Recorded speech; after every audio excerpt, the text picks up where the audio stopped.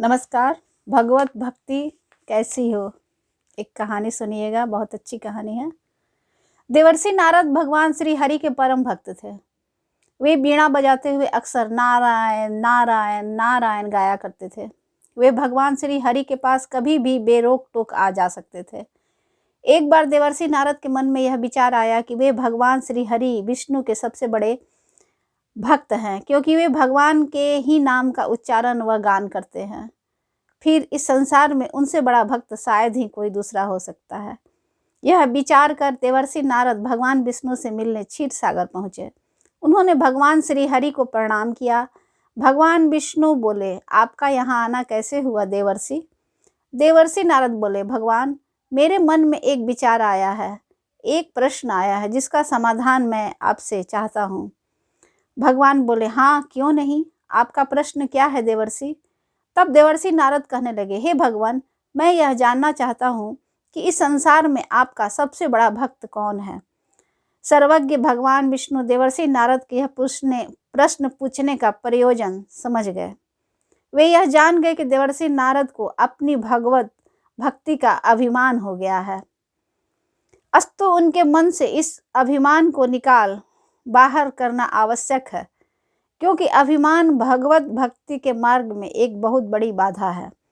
भगवान यह भली भांति जानते थे कि देवर्षि नारद उनके परम भक्त हैं। उनकी भक्ति के कारण ही देवर्षि नारद भगवान को बहुत प्रिय थे। अस्तु अपने भक्त के कल्याणार्थ भगवान ने उनके अभिमान को दूर करने का एक उपाय सोचा और बोले, देवर्षि नारद, आपके प्रश्न के समाधान के लिए आपको मेरे साथ मृत्यु लोक चलना होगा। देवर्षि नारद बोले, ठीक है भगवान, मैं मृत्यु लोक चलने को तैयार हूँ। भगवान विष्णु देवर्षि नारद को लेकर मृत्यु लोक चल पड़े। धरती पर पहुंचकर दोनों ने किसान का वेश धारण कर लिया और एक गांव के किनारे बनी एक झोपड़ी की ओर चल पड़े। भगवान बोले, देवर्षि, मेरा एक बहुत बड़ा भक्त यहीं इस कुटिया में रहता है। दोनों उस कुटिया की ओर बढ़ चले। उन्होंने देखा कि एक किसान कुटिया के बाहर एक खूंटे में अपनी गाय को बांध रहा है और उसके मुख से हरि हरि गोविंद का स्वर भी निकल रहा है। किसान वेशधारी भगवान विष्णु ने उसके निकट जाकर नारायण नारायण कहा तो उस किसान ने विनीत स्वर में पूछा, मान्यवर, आप कहाँ से आए हैं? मेरे लिए कोई सेवा हो तो निसंकोच बताएं।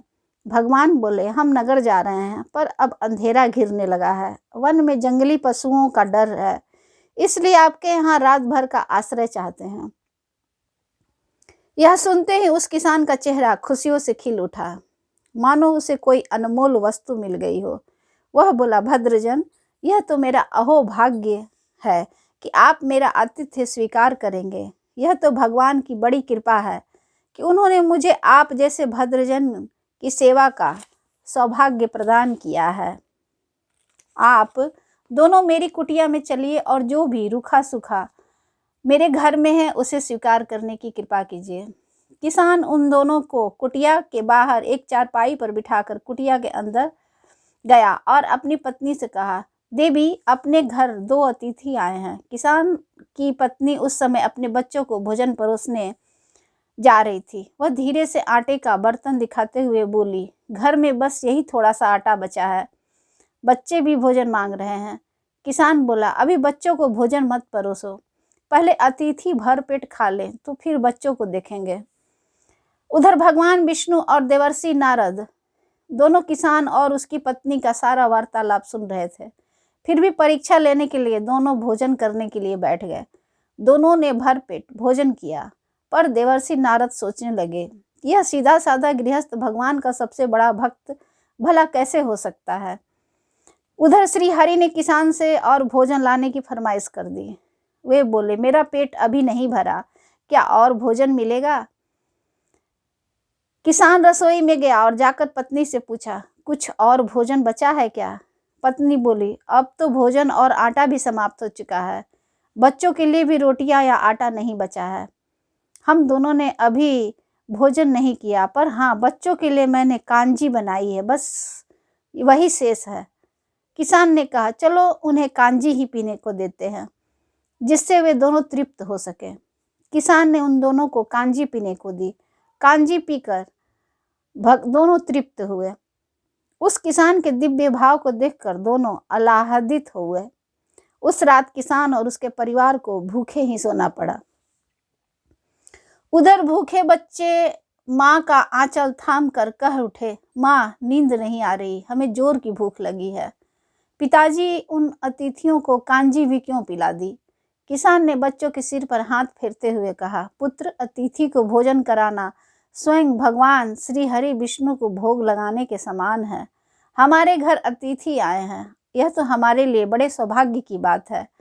कुटिया से बाहर चारपाई पर विश्राम कर रहे श्री हरि और देवर्षि नारद यह सारा वार्तालाप सुन रहे थे।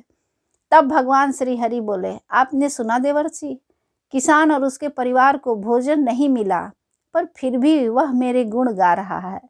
इस पर देवर्षि नारद बोले, भगवान यह तो कुछ भी नहीं, मैंने तो कई कई दिनों तक भूखे रहकर आपका स्मरण किया है, ध्यान किया है, भजन किया है, गुणगान किया है। सुबह हुई और उन दोनों ने देखा कि किसान भगवान विष्णु की मूर्ति के सामने हरि हरि गोविंद गा रहा है। वह कह रहा था, हे प्रभु, तुम सदा मेरे मन में बसे रहो, बस मुझे और कुछ नहीं चाहिए। भगवान नाम स्मरण कर वह किसान कुटिया के बाहर चारपाई पर बैठे भगवान विष्णु और देवर्षि नारद जी के पास आया और बोला, हरि की बड़ी कृपा है, वही जग का रखवाला है। प्रभु की कृपा से रात को आप दोनों को कोई कष्ट तो नहीं हुआ। जब तक आपका जी चाहे आप दोनों यहाँ रहें, अभी मैं खेत पर जा रहा हूँ। भगवान बोले, यदि तुम्हें आपत्ति ना हो तो हम भी तुम्हारे साथ चलेंगे। देवर्षि नारद और भगवान विष्णु किसान के उस खेत पर उसके साथ गए। किसान बोला, यही है अपना खेत, अब मैं अपना काम करूँगा। वह किसान खेत में काम करता जाता था और हरि हरि गोविंद गाता जाता था। ऐसा लगता था मानो वह खेत में काम भी भगवान की पूजा के साथ से कर रहा हो। जब शाम हुई तो वह घर चलने को तैयार हुआ। देवर्षि नारद बोले, तुम तो सत्पुरुष जान पड़ते हो, भगवान के बड़े भक्त लगते हो, हर घड़ी भगवान का ही नाम लेते हो, खेत में काम करते हुए भी हरि नाम का गान करते हो।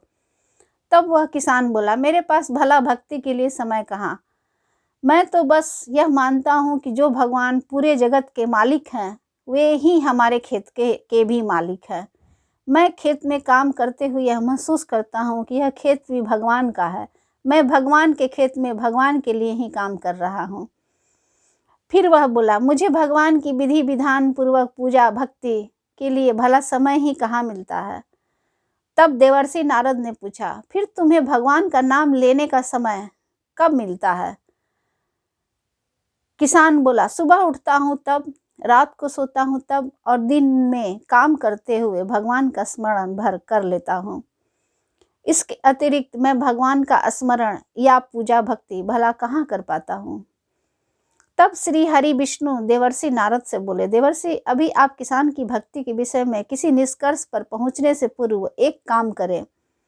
भगवान ने एक कलश को तेल से लबालब भर कर देवर्षि नारद को दिया और बोले, देवर्षि, आप इसे अपने सिर पर रखकर बिना हाथ लगाए सामने वाली पहाड़ी तक ले चलें, पर ध्यान रहे इस कलश में रखे तेल की एक बूंद भी जमीन पर गिरने ना पाए। देवर्षि नारद बोले, यह कार्य सहज तो नहीं है, पर आपकी कृपा हो तो कुछ भी असंभव नहीं। यह कहकर देवर्षि नारद ने कलश सिर पर रखा और पहाड़ी की ओर चल दिए। देवर्षि नारद पहाड़ी तक गए और लौट आए। भगवान बोले, लौट आए देवर्षि, ठीक है, अब आप यह बताएं कि इतनी दूर जाने और आने में आपने कितनी बार मेरा स्मरण किया। देवर्षि नारद बोले, एक बार भी नहीं भगवान, करता भी कैसे, मेरा सारा ध्यान तो तेल और कलश की तरफ लगा हुआ था। मेरा सारा ध्यान तो इस बात पर था कि कलश से एक बूंद तेल भी नहीं टपकना चाहिए। तब श्री हरि बोले, तब आप स्वयं सोचे नारद, वह किसान दिन भर कठिन श्रम करता है, फिर भी 2-4 बार मेरा स्मरण जरूर करता है। यही नहीं, वह जो कुछ भी करता है उसे मेरा ही कार्य समझकर करता है। इस तरह देखे तो वह भी मेरा विस्मरण करता ही नहीं। अब आप ही बताएं देवर्षि, उस किसान को कैसा भक्त मानना चाहिए। श्री हरि भगवान विष्णु की बातें सुनकर और किसान की भगवत भक्ति को देखकर देवर्षि नारद के अंतः चक्षु खुल गए। वे श्री हरि के चरणों में नतमस्तक हो गए और बोले, प्रभु आपने आज पूरी तरह मेरी शंका का समाधान कर दिया। मैं आज यह मान गया कि संसार के झंझटों, संकटों, संघर्षों के बीच रहकर भी जो आपका स्मरण करते रहे वे ही सबसे बड़े भक्त हैं। फिर भगवान विष्णु और देवर्षि नारद वहाँ से अंतर्ध्यान हो गए। नमस्कार, आपको मेरी कहानी कैसी लगी? अगर मेरी कहानी अच्छी लगी तो मेरे चैनल को लाइक, सब्सक्राइब और शेयर कीजिए। मैं और अच्छी अच्छी कहानियाँ, भगवत भक्ति की कहानियाँ, प्रेरणादायक कहानियाँ आप सभी के समक्ष प्रस्तुत करती रहूँगी। कविताएं, अच्छे अच्छे रचनाकारों की कविताएं भी मैं प्रस्तुत करती रहूँगी। धन्यवाद।